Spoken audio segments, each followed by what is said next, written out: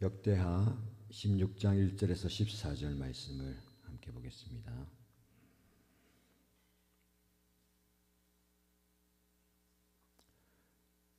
오늘 저와 여러분에게 주신 하나님의 말씀은 역대하 16장 1절에서 14절입니다. 같이 읽겠습니다.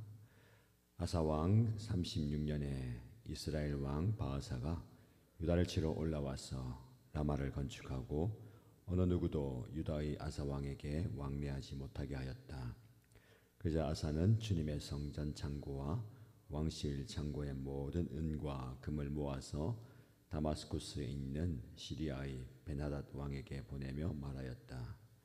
나의 아버지와 그대의 아버지가 서로 동맹을 맺었듯이 나와 그대도 서로 동맹을 맺도록 합시다. 여기 그대에게 은과 금을 보냅니다. 부디 오셔서 이스라엘의 바아사 왕과 맺은 동맹을 파기하시고 그가 여기에서 떠나게 하여 주십시오. 베나닷은 아사 왕의 청을 받아들여 자기의 군사령관들을 보내서 이온과 단과 아벨마임과 납달리의 양곡 제장 성읍을 치게 하였다. 바아사가 이 소문을 듣고는 라마 건축을 멈추고 그 공사를 포기하였다. 그자 아사 왕은 온 유다 백성을 불러서 바아사가 라마를 건축할 때 쓰던 돌과 목재를 가져오게 하였다. 아사 왕은 이것으로 게바와 미스바를 보수하였다. 그 무렵 하나니 선견자가 유다의 아사 왕에게 와서 말하였다. 임금님께서 시리아 왕을 의지하시고 주 임금님의 하나님을 의지하지 않으셨으므로 이제 시리아 왕의 군대는 임금님의 손에서 벗어나 버렸습니다. 에티오피아 군과 리비아 군이 강한 군대가 아니었습니까? 병거도 군마도 헤아릴 수 없이 많지 않았습니까? 그러나 임금님께서 주님을 의지하시니까 주님께서 그들을 임금님의 손에 붙이지 않으셨습니까? 주님께서는 그 눈으로 온 땅을 두루 살피셔서 전심전력으로 주님께 매달리는 이들을 힘있게 해주십니다. 이번 일에 임금님께서는 어리석게 행동하셨습니다. 이제부터 임금님께서는 전쟁에 휘말리실 것입니다. 아사는 선견자의 이 말에 화를 참을 수가 없어서 그를 감옥에 가두어 버렸다. 그만큼 화가 치밀어 올랐던 것이다. 그때 아사는 백성들 가운데서도 얼마를 학대하였다. 아사의 행적은 처음부터 끝까지 유다와 이스라엘 열왕기에 기록되어 있다. 아사가 왕이 된 지 39년이 되던 해에 발에 병이 나서 위독하게 되었다. 그렇게 아플 때에도 그는 주님을 찾지 아니하고 의사들을 찾았다. 아사가 죽어서 그의 조상과 함께 잠드니 그가 왕이 된 지 41년이 되던 해였다. 사람들은 그를 다윗성에 장사하였다.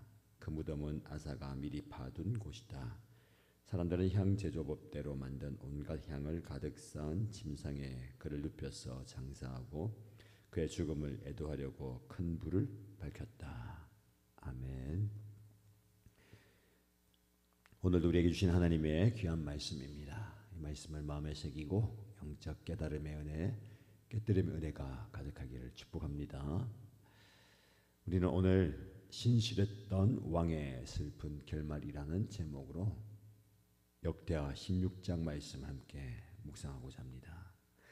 지금까지 우리는 유다의 왕 아사의 이야기를 통해서 종교 개혁의 모범, 그리고 간절한 기도의 능력, 하나님을 향한 충성심을 볼 수 있었습니다. 그런 믿음의 모습을 보였던 아사 왕이 정말 이스라엘 역사 가운데 몇 안 되는 신실했던 왕이었던 아사가 슬픈 인생의 마지막 결말을 우리에게 보여줍니다. 그의 마지막 시기는 처음 시작했던 때보다 매우 달랐습니다. 우리에게 중요한 교훈을 줍니다. 어떻게 신실하게 인생을 시작했던 사람이 슬픈 결말을 맞이할 수가 있겠습니까? 무엇이 그를 그렇게 변화시켰습니까? 그리고 무엇보다도 우리는 이런 결말을 피하기 위해서 무엇을 배워야 하고 어떻게 해야 되겠습니까? 말씀을 통해서 저와 여러분들이 신앙의 여정에서 끝까지 신실하게 하나님을 섬기는 믿음의 중요성, 그리고 그것을 방해하는 위험 요소들, 어떻게 끝까지 믿음을 지킬 수 있을지에 대해서 깨닫고자 합니다. 먼저 1절에서 6절 말씀 보시면 위기 상황에서의 잘못된 선택을 볼 수가 있습니다.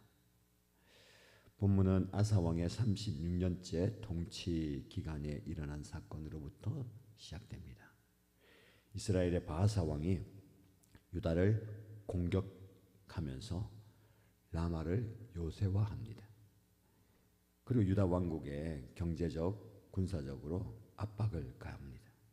그래서 유다의 왕인 아사가 심각한 위협을 느끼죠. 위기 상황입니다. 여러분, 인간은 위기 상황에 어떤 반응을 보이고 어떤 선택, 결정을 하는지가 중요합니다. 믿음의 사람은 믿음의 반응, 믿음의 선택, 믿음의 결정을 해야 되겠죠.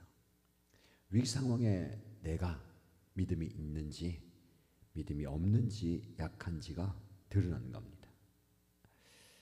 이 위기의 상황 가운데 아사는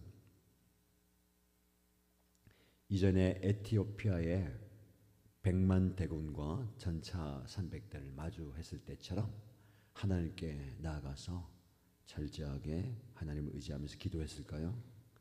안타깝게 그렇지 못합니다.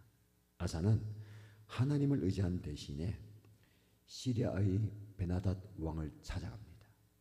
그리고 그에게 도움을 구합니다.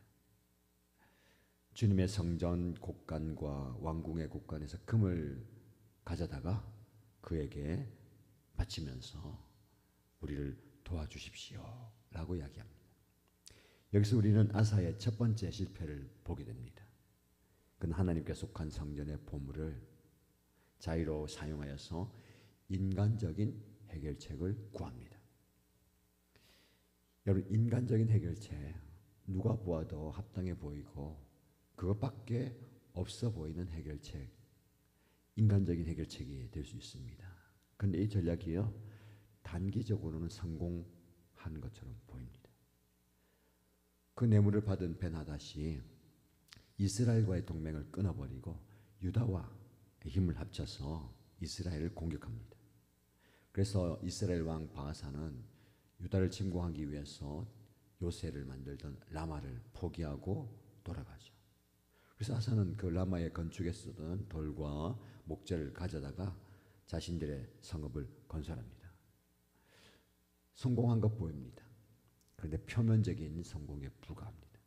아사는 하나님께 속한 자원을 인간적인 동맹을 맺는 데 사용했습니다. 그의 해결책은요, 근본적인 문제를 해결하지 못했습니다. 더 심각한 것은 그가 이전에 보여줬던 하나님을 향한 깊은 신뢰와 의존이 사라졌다는 겁니다. 여러분, 우리가 이런 실패를 할 때가 참 많아요. 인간적인 해결책을 찾다 보니까 그것이 성공한 것 같아 보입니다. 그러나 하나님을 전적으로 신뢰했던 그 마음이 사라지는 겁니다. 여러분, 위기의 상황에서 어디에 혹은 무엇을, 누구를 의지하십니까?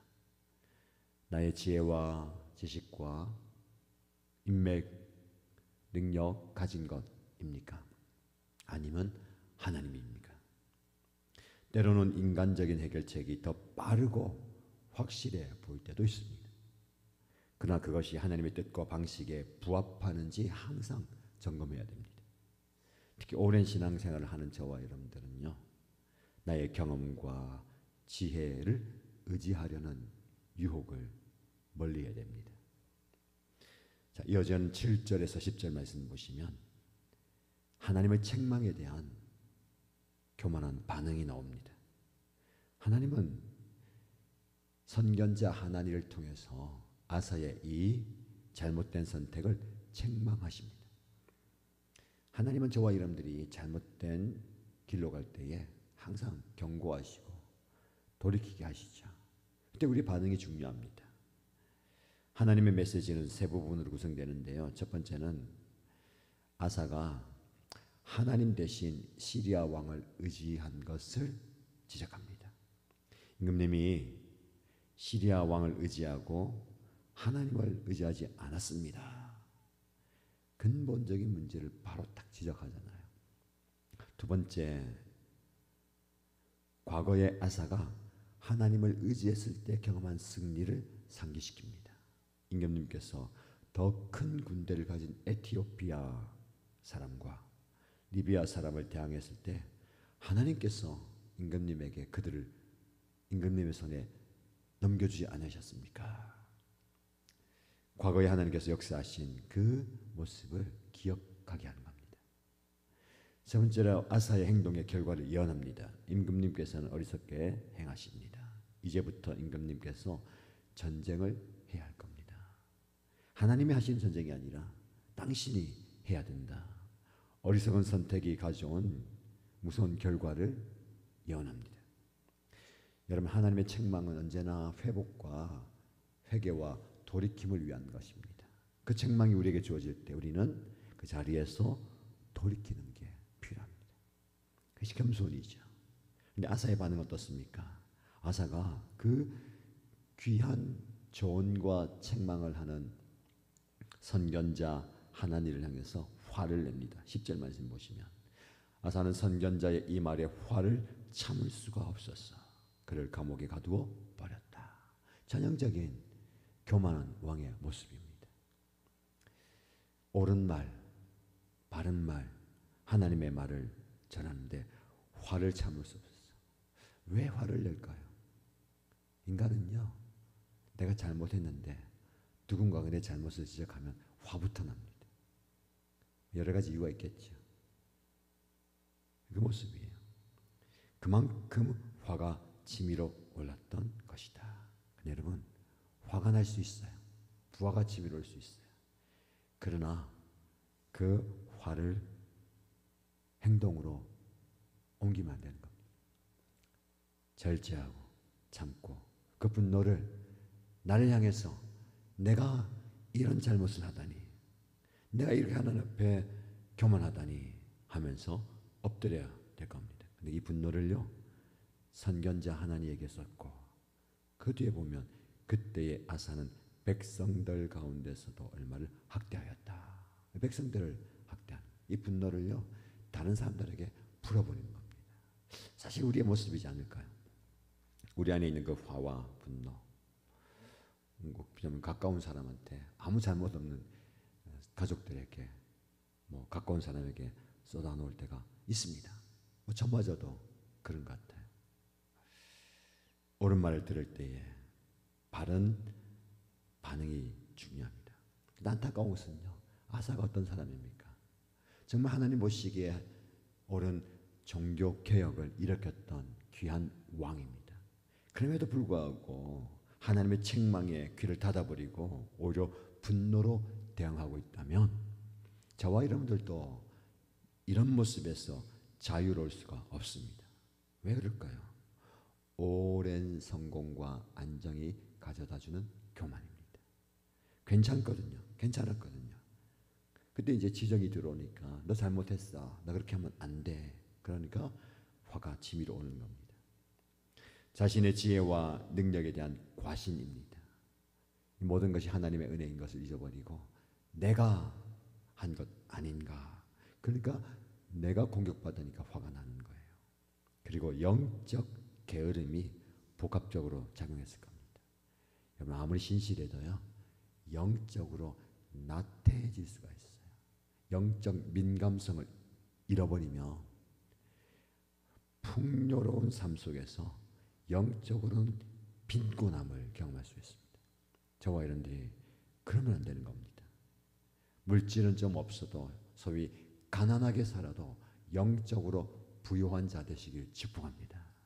영적으로 부유하면요, 마음이 넓어져요. 누군가가 조언을 주고 충고를 주고 지적하며 받아들일 수가 있어요. 여러분, 하나님의 말씀 앞에 넓은 마음을 가지십시오. 말씀이 나에게 주어질 때에 강단에서 나오는 말씀이 나를 친다라고 표현할 때에 화를 내지 마시고 넓은 마음으로 겸손히 나아가는 저와 여러분 되기를 축복합니다. 마지막 11절에서 14절 말씀 보시면 아사의 생의 마지막 시기를 간략하게 소개합니다. 통치 39년에 아사는 발에 위독한 병이 걸립니다. 심각한 고통을 주게 되죠. 또 다른 위기가 찾아옵니다. 아사가 어떻게 반응합니까?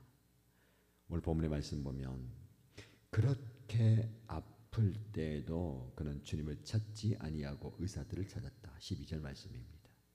그렇게 아픈데 하나님을 찾지 않은, 이것이 아사의 마지막 실패이고 연약한 모습입니다.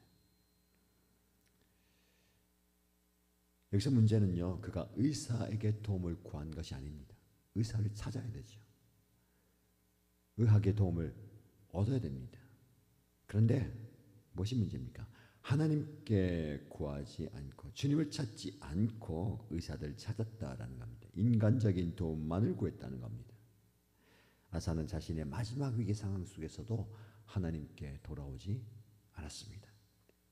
교만과 불신은 끝까지 그의 마음을 지배합니다. 결국 그는요 41년의 통치를 마치고 죽습니다. 왕이기 때문에 그의 장례식은 여느 왕처럼 화려하게 마무리됩니다. 그러나 그의 영적 상태는 슬픈 결말을 맞이하게 되는 겁니다. 이 상황은 우리에게 외적인 성공과 내적인 영적 상태가 항상 일치하지 않다는 것을 보여줍니다. 말씀드렸듯이 겉은 화려합니다. 화려한 장례식장에 모든 백성들이 애도하는 그 상황 속에서 그의 결말은, 영적인 모습은 참 안타까운 모습입니다. 저와 여러분의 삶의 어려움, 특히 건강의 어려움 앞에서 무엇을 의지할지, 어디에 마음을 쏟을지, 무엇을 선택할지 도움이 됩니다. 의학적인 도움을 구하는 것은 필요합니다. 지혜로운 일입니다. 그러나 동시에 우리는 모든 치유의 궁극적인 원천이신 하나님을 찾아야 됩니다. 질병은요, 종종 우리가 자신의 한계를 인정하고 하나님께 더 가까이 가게 만드는 기회가 될 수 있습니다. 그런데 아사는 이 마지막 기회마저 놓쳐버렸습니다. 오늘 이 전체 말씀을 통해서 저와 여러분의 삶에 어떻게 구체적으로 적용할 수 있을까요? 첫 번째는 영적 게으름의 위험성을 인식하십시오. 바쁘게 분주하게 사업하고 직장생활하고 신앙생활을 할 수 있습니다. 근데 영적인 일에 게으르면 안 됩니다. 예배하고 말씀을 가르치고 기도하고 영적 일에 부지런한 저와 여러분 되기를 축복합니다. 두 번째, 위기 상황 속에서 하나님을 가장 먼저 찾으십시오. 다른 도움을 구할 수도 있고 다른 인간적인 해결책도 눈에 빤히 보입니다. 그걸 선택할 수 있지만 먼저 하나님을 찾는 저와 여러분 되기를 축복합니다. 세 번째, 책망과 조언을 겸손하게 받아들이십시오. 사랑하기 때문에, 귀하기 때문에 조언과 책망이 있는 거예요. 넓은 마음으로 받으십시오. 꿍하게 하면 돼. 절대 신앙생활은 꿍하면 안 됩니다. 꿍한 분 안 계시죠? 온라인으로 참여한 여러분들, 꿍하면 안 됩니다. 넓은 마음으로, 나를 얼마나 사랑하시면 이 상황 속에서 이런 말씀을 주실까 믿음으로 받는 여러분 되시 축복합니다. 마지막으로 끝까지 여러분의 믿음을 지키는 데 주력하십시오. 집중하십시오. 처음은 좋아요. 중간까지는 좋아요. 마지막까지, 끝까지 신실합니다. 아니 말씀 나누죠. 한결같이 끝까지 마음을 유지하는 것 정말 쉽지 않아요. 저와 여러분들이 끝까지 인내하고 끝까지 신실하십시다. 말씀의 결론입니다. 좋은 시작만큼이나 좋은 끝맺음이 중요합니다. 좋은 끝맺음을 향해서 열심히 달려가십시다. 바울은 디모데후서 4장 7절 8절 말씀 이렇게 말씀합니다. 나는 선한 싸움을 싸우고 나의 달려갈 길을 마치고 믿음을 지켰습니다. 이제 후로는 나를 위하여 의의 면류관이 예비되어 있습니다. 의에 멸류관은 끝까지 달려가는 자에게 주어지는 영원한 상급입니다. 저와 여러분들 함께 포기하지 않고 끝까지 신실하게 이 신앙의 경주를 달려가십시다. 은혜 가운데 승리하는 저와 여러분 되시기를 축복합니다.